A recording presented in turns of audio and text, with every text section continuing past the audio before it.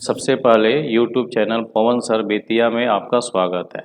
आज हम profit and loss के जितने भी टाइप हैं, कंप्लीट 15 जो टाइप हैं, उन सभी के क्वेश्चनों को एक साथ एक ही वीडियो में लेकर आया हूं, जो हर एग्जाम में आपके लिए ही बेनिफिशियल होगा। तो चलिए हम लोग 1 बाय 1 क्वेश्चन को करके देखते हैं। अब यहाँ पे पहला क्वेश्चन है आपका कि एक वस्तु को 600 रुपया में विक्रय करने पर एक दुकानदार को 20% का लाभ हुआ, वस्तु का क्रय मूल्य ज्ञात करें।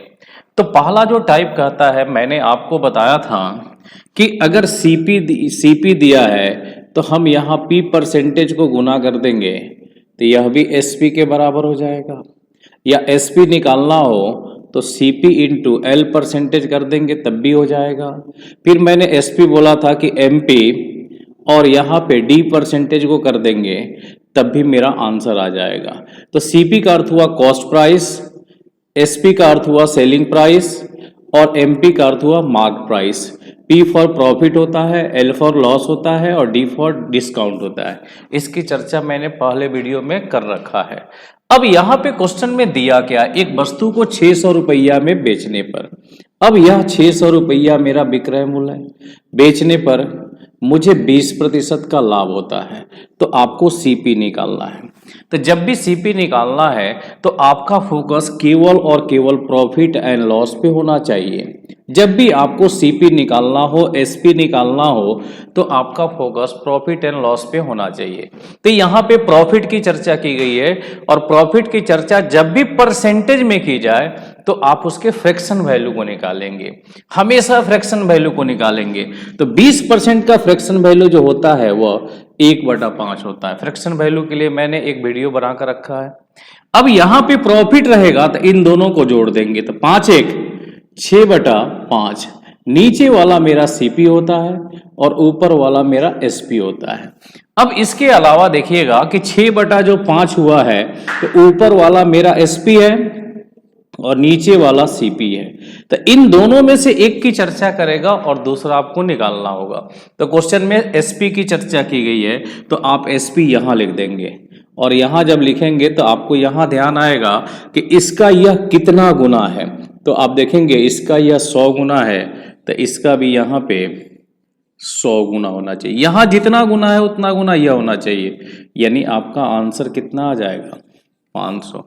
तो आप बिना फॉर्मूले के भी क्वेश्चन को बना सकते हैं अगर आपके कंसेप्ट क्लियर हो तब। अभी हम क्वेश्चन नंबर 2 को देखते हैं। मेरा टारगेट रहेगा कि हर क्वेश्चन को 30 से 40 सेकंड में बनाएं। अब क्वेश्चन पे ही पढ़ेंगे। एक वस्तु को 400 रुपया में खरीद कर का अर्थ हुआ कि कॉस्ट प्राइस, कितना में खरीदा है वो 400 में खरीदा है। फिर उसको 10% की हानि हो रही है तो आपसे कहा गया है कि उसका विक्रय मूल्य निकाले। तो मेरा फोकस केवल और केवल लॉस पे होना चाहिए। अब यहाँ पे 10% की हानि है तो पहले इस 10% का फ्रैक्शन वैल्यू क्या होता है। तो 10% का फ्रैक्शन वैल्यू जो होता है वह 1/10 होता है ना। तो जब यहाँ लॉस है तो इसका अंतर निकालेंगे तो क्या हो जाएगा 9/10, और नीचे वाला सीपी होता है और ऊपर वाला हमेशा एसपी होता है। क्वेश्चन में किसकी चर्चा की गई, सीपी की। यह कितना है 400, तो इसका कितना गुना है, ये 40 गुना है।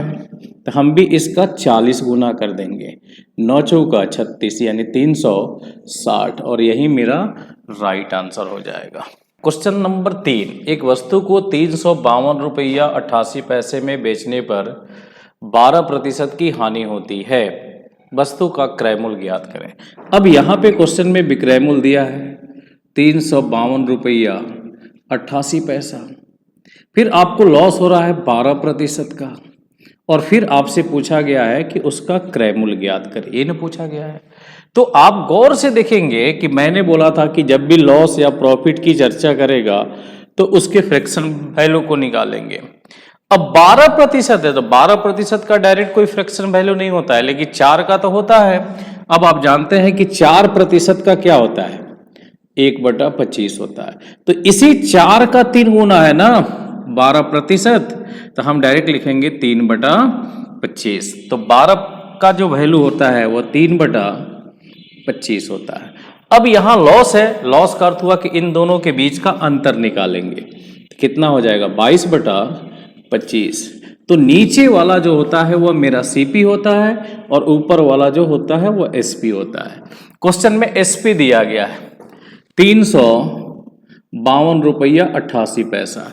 अब यहां पे यह 22 है तो यह इसका कितना गुना है, इसको निकालने के लिए हम इस 22 से यहां भाग करेंगे ना। तो 22 से कम 22 कितना बचा 13। फिर यहां पे क्या आएगा आपको 2, तो 22 छक कितना हो जाएगा 132 और फिर दशमलव आपको 0, 22 चौका 88 04 ही ना आएगा। अब इसको गुना करेंगे 22 चौका 88, 22 छक 132, 13 और 22 1। अब इसमें हम गुना कर देंगे 16.04 में। अब 25 चौका 100 आ जाएगा, हाथ में बचा 1, 25 छक 150 और 1 51, 15 बचा, 25 और 15 40, यानी आपका राइट आंसर जो होगा वह 400 हो जाएगा। कभी कभी क्या करता है क्वेश्चन में आपको यहाँ पे क्रय मूल्य और विक्रय मूल्य इन दोनों के अनुपात दे दिए जाते हैं। तो आपको यहाँ पे सीपी का और यहाँ पे एसपी का रेशियो दिया गया है। क्या दिया गया है 20:21।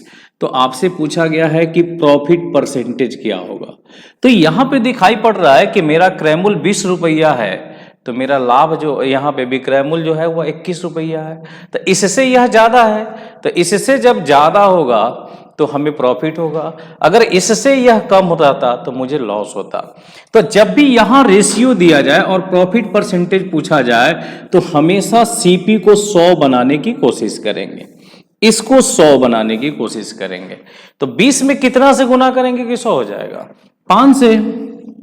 तो जब यहां 5 से गुना किए तो यही 5 से हम यहां भी कर देंगे, तो इसका वैल्यू क्या हो जाएगा 105।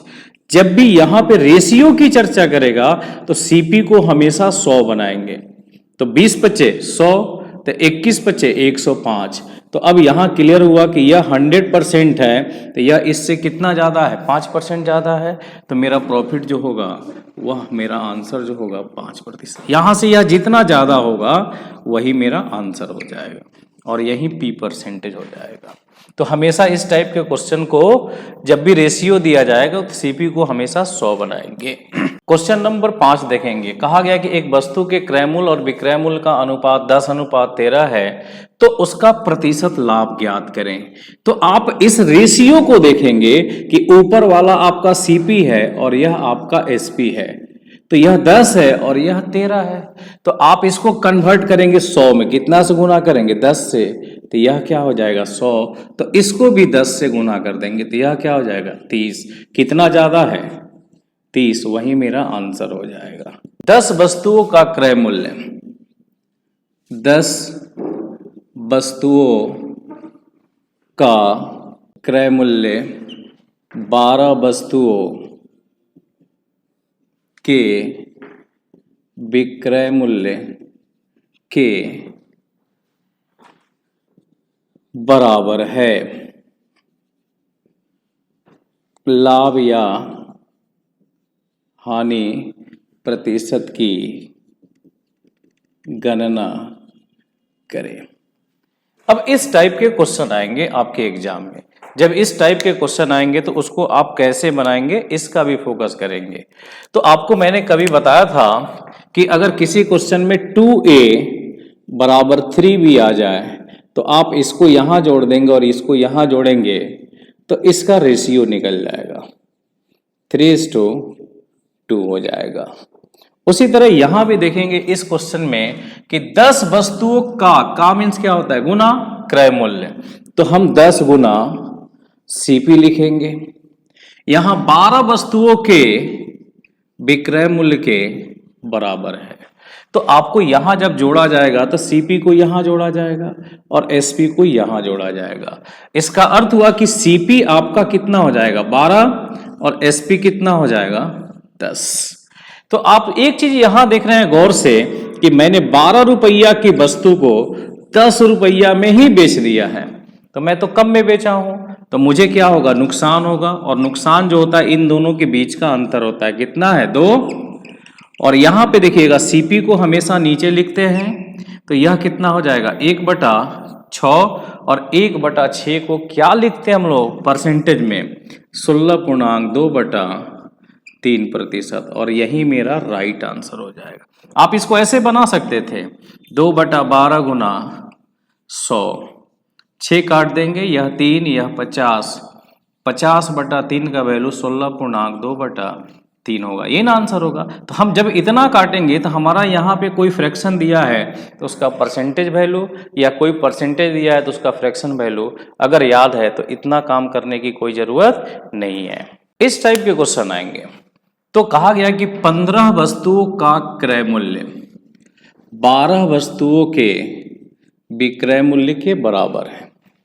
तो आपको यहाँ पे लाभ या हानि पूछा गया है, तो आप इसको जोड़ देंगे यहाँ से और इसको जोड़ देंगे यहाँ से, तो आपका सीपी 12 है, एसपी आपका 15 है।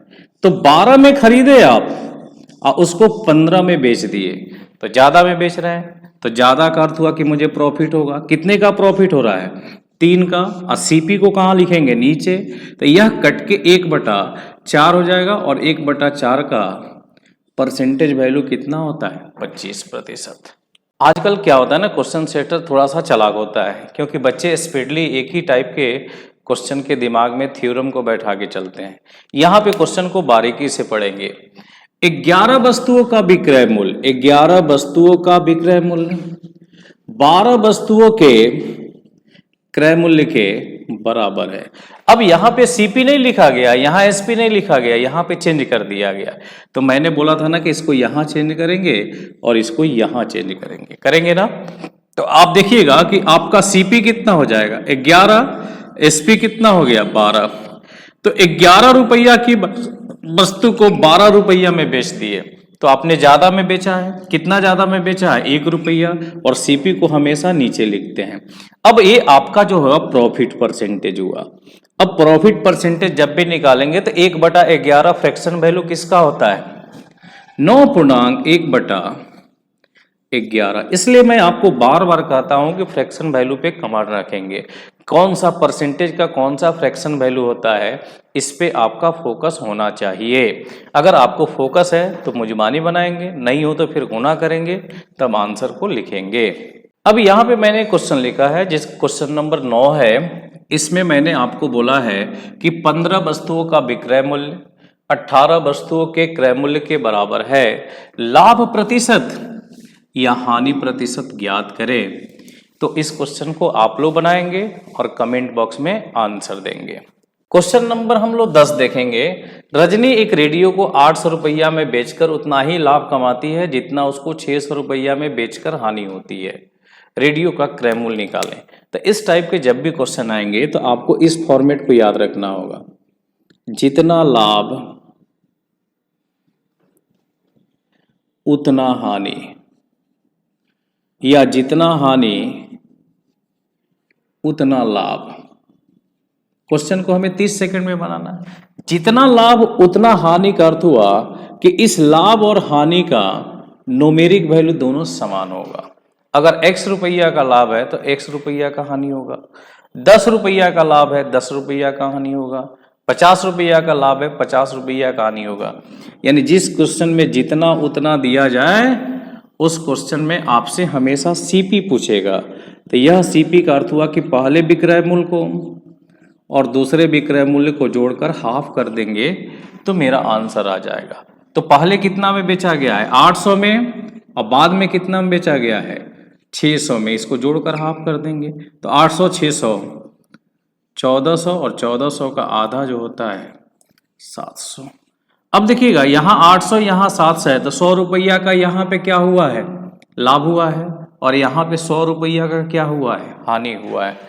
तो जिस क्वेश्चन में जितना लाभ उतना हानि या जितना हानि उतना लाभ कहे, उसमें दोनों विक्रय को जोड़कर हम लोग हाफ कर देंगे तो मेरा क्रय मूल्य आ जाएगा। अभी एक क्वेश्चन है जो आपके सामने दिखाई पड़ रहा है कि एक वस्तु को 2540 रुपया में बेचने पर प्राप्त लाभ उस वस्तु को 1850 रुपया में बेचने पर हुई हानि के बराबर है। यानी कहने का अर्थ हुआ कि जितना उसे लाभ हुआ है उतना ही उसको हानि हुआ है। यानी यह लाभ और यह हानि आपस में क्या है, बराबर है। तो जब दोनों आपस में बराबर है, इसी के लिए ना उतना जितना शब्द आता था। तो यहां भी क्रयमूल्य निकालना है तो हम दोनों विक्रयमूल्य को क्या करेंगे, जोड़ देंगे हम और 2 से भाग कर देंगे तो मेरा आंसर आ जाएगा। अब यहां देखिएगा, पहला विक्रय मूल्य 2540 है और यह 1850 है, बटा 2 कर देंगे। अब यहां चालाकी दिखानी है आपको कि इन दोनों को जोड़ेंगे फिर आधा करेंगे, उससे बेहतर है कि इसी को आधा कर दे। तो 2500 का आधा 1250, 40 का आधा 20, यानी 1270 हो जाएगा। ये 1850 है तो 1800 का आधा 950 का आधा 25, यानी यह 5, यह 9, 9 2 11 और यह आपका आंसर हो जाएगा। यही आपका आंसर होगा। तो आप इसको जोड़ेंगे नहीं, इसी को मन में आधा करके तब जोड़ेंगे तो आपका आंसर आ जाएगा। इसके पिछले 2 क्वेश्चन को हम लोग बनाए थे, तो उसमें किसी वस्तु को बेचा जा रहा था तो वहां पे जितना लाभ हो रहा था उतना ही हानि यहां भी हो रहा था। यानी जितना लाभ और उतना हानि का अर्थ हुआ कि दोनों का न्यूमेरिक वैल्यू सेम होता था। तो उस समय दोनों विक्रय मूल्य को हम लोग क्या करते थे, जोड़ देते थे। उसके बाद हम लोग वहां को हाफ कर देते थे तो क्रय मूल्य निकल जाता था। लेकिन यहां क्वेश्चन कुछ अलग कहा गया।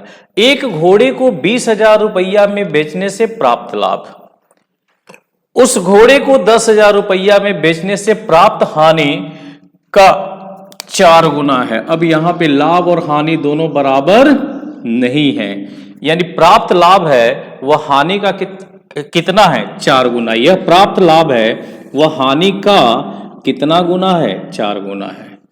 यानी जितना हानि हो रही है, प्रॉफिट और लॉस का रेशियो 4:1 है।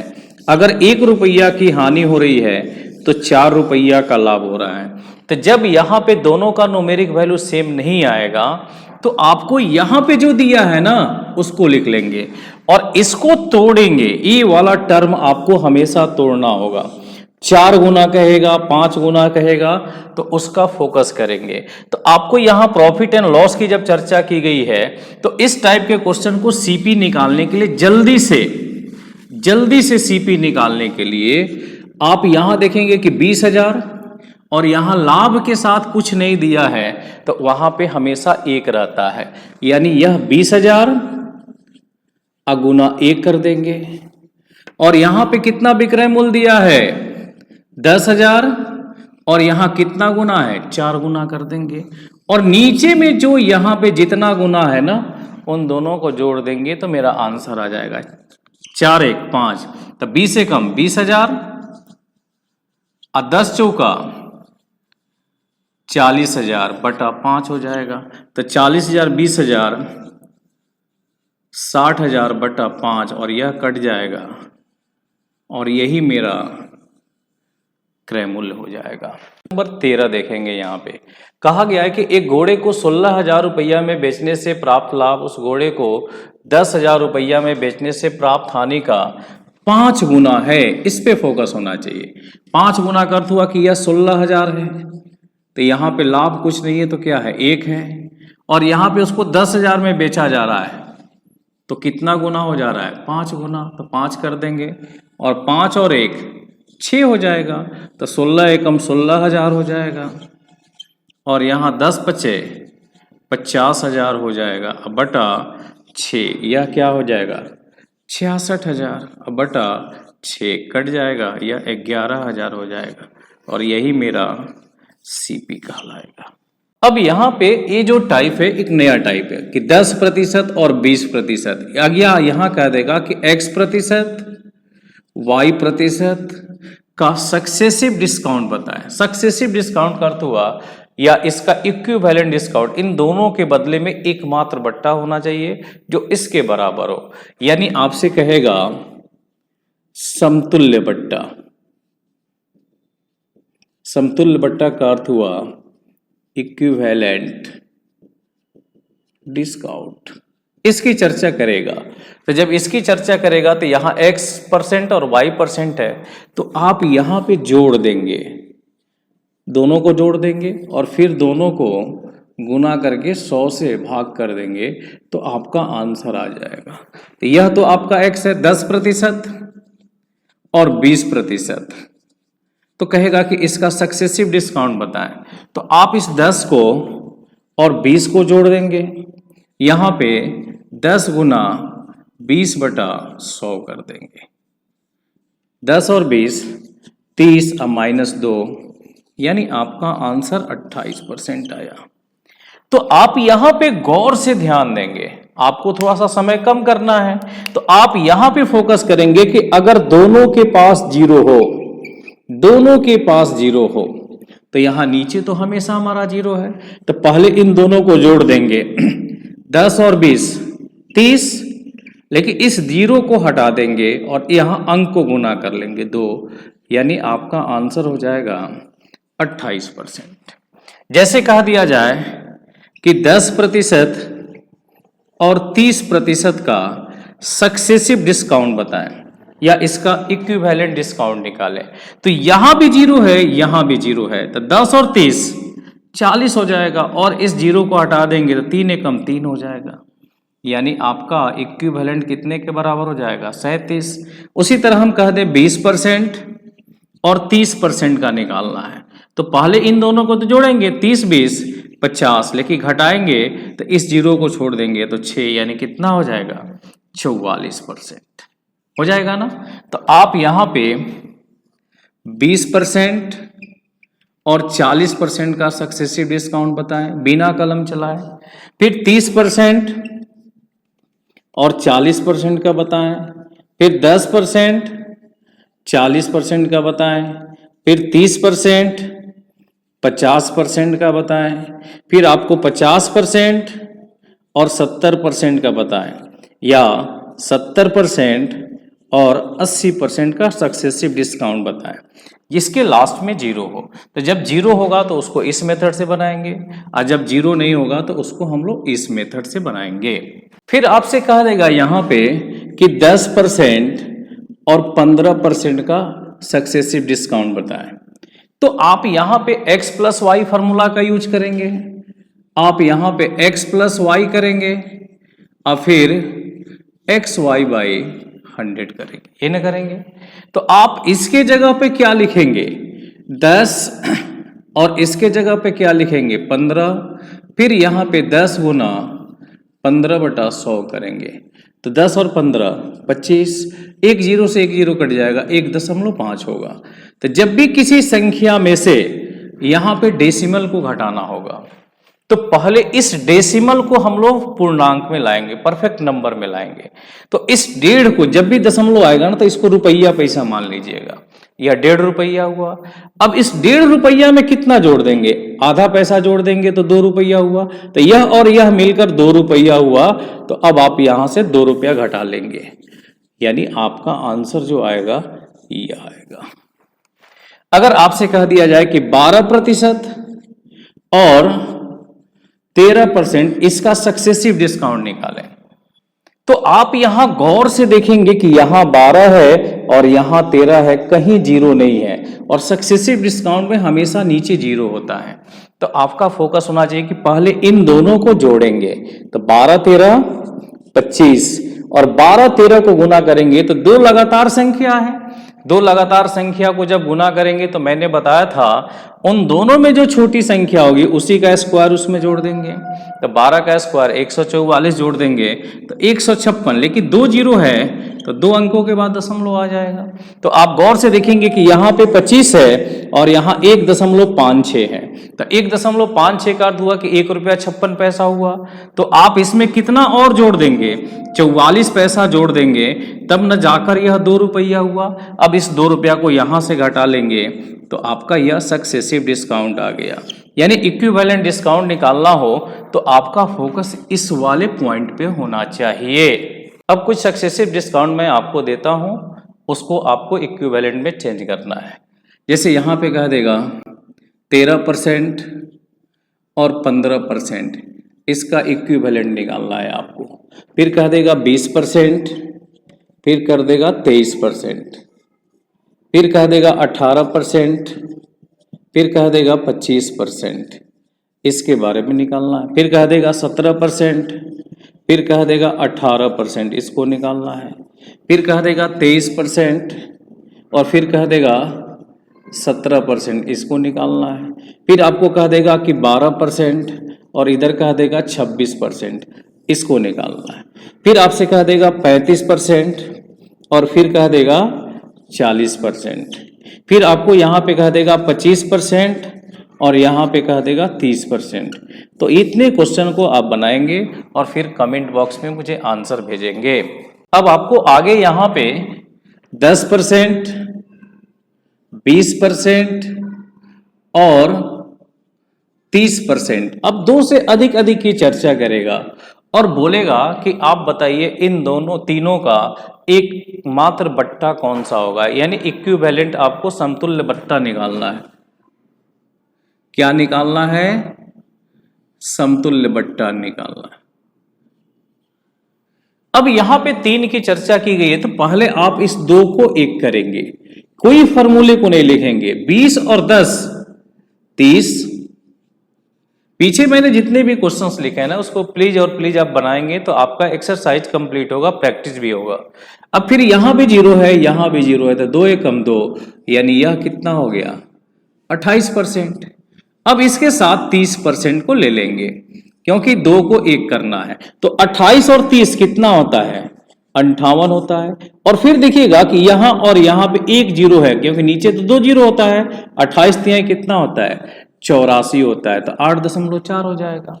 एक अंक के बाद दशमलव बैठा देंगे क्योंकि 1 0 है यहाँ पे। अब यहां देखिएगा कि 8.4 है और यह परफेक्ट नंबर है, तो इसमें से हम कितना घटाएंगे? 0.6। तब ये और ये दोनों मिलकर 9 हुआ, और 9 यहां से घटा देंगे तो मेरा यह जो हो जाएगा 49.6% हो जाएगा। यानी 10%, 20% और 30% का अगर लगातार 3 छूट दिया जा रहा है तो उसके बदले में एकमात्र छूट कौन सा हो जाएगा? 49.6 हो जाएगा। अब यहाँ आते हैं कि 20%, 30% और 35% के बदले में क्या लिखेंगे, तो यहाँ 20 और 30 दिया है ना, और 35 दिया है, तो यहाँ पे 2 से अधिक की चर्चा की गई है, तो उसको सबसे पहले हम लोग 2 को 1 में कन्वर्ट करेंगे। तो 20 और 30 50, लेकिन यहाँ भी 0 है, यहाँ भी 0 है, तो 3 दूना 6 घट जाएगा, तो कितना हो जाएगा? 44%। और इसके साथ क्या ले लेंगे? 35%। अब यहां देखिएगा कि किसी भी संख्या के अंत में आपको 0 नहीं दिया है, तो पहले इसको जोड़ेंगे। 4 और 5 9 और 4 3 7 79% हुआ। अब इसको गुना कर देंगे, 44 गुना 35/100। आप हमेशा याद रखेंगे कि किसी भी संख्या के इवन नंबर के साथ हम 5 के मल्टीपल से गुना करेंगे तो वह लास्ट में हमेशा 0 लेकर आएगा। कोई भी इवन नंबर हो उसके साथ 5 को हम लोग मल्टीप्लाई करेंगे तो लास्ट में वह 0 लेकर आएगा। तो यहाँ पे देखिएगा 4 लास्ट में तो इवन नंबर है और यह 5 है, तो यह 5 का मल्टीप्लाई है, तो यहाँ पे 0 को काट देंगे। 5 से काटेंगे तो यह 20 बार में जाएगा, 5 से काटेंगे तो 7 बार में जाएगा, 2 से काटेंगे तो 10 बार में जाएगा और 2 से काटेंगे तो 22 बार में जाएगा। अब यहाँ 1 0 बचा, तो 22 सत्ते कितना होता है? 22 7 दूना 14, 7 दूना 14, 1 15। अब यहाँ 1 अंक के बाद दशमलव दे देंगे। अब इसी को ना घटाना है आपको, तो 0.4 है तो 0.6 जोड़ लेंगे, तो आपका 6 16 हो गया, और 16 यहाँ से घटा देंगे तो आपका आंसर जो होगा 63.6% हो जाएगा। फिर यहाँ 30%, 25% और 20% के बारे में आपको बताना है। फिर 15%, 20% और 30% के बारे में, इन चारों को बनाकर आपको बताना है कि इन चारों के बदले में इक्विवेलेंट डिस्काउंट कौन सा होता है, और इसको बनाएंगे। और फिर इसके बाद नेक्स्ट क्लास में आप लोग को हम बताएंगे कि इससे रिलेटेड क्वेश्चन कैसे बनते हैं।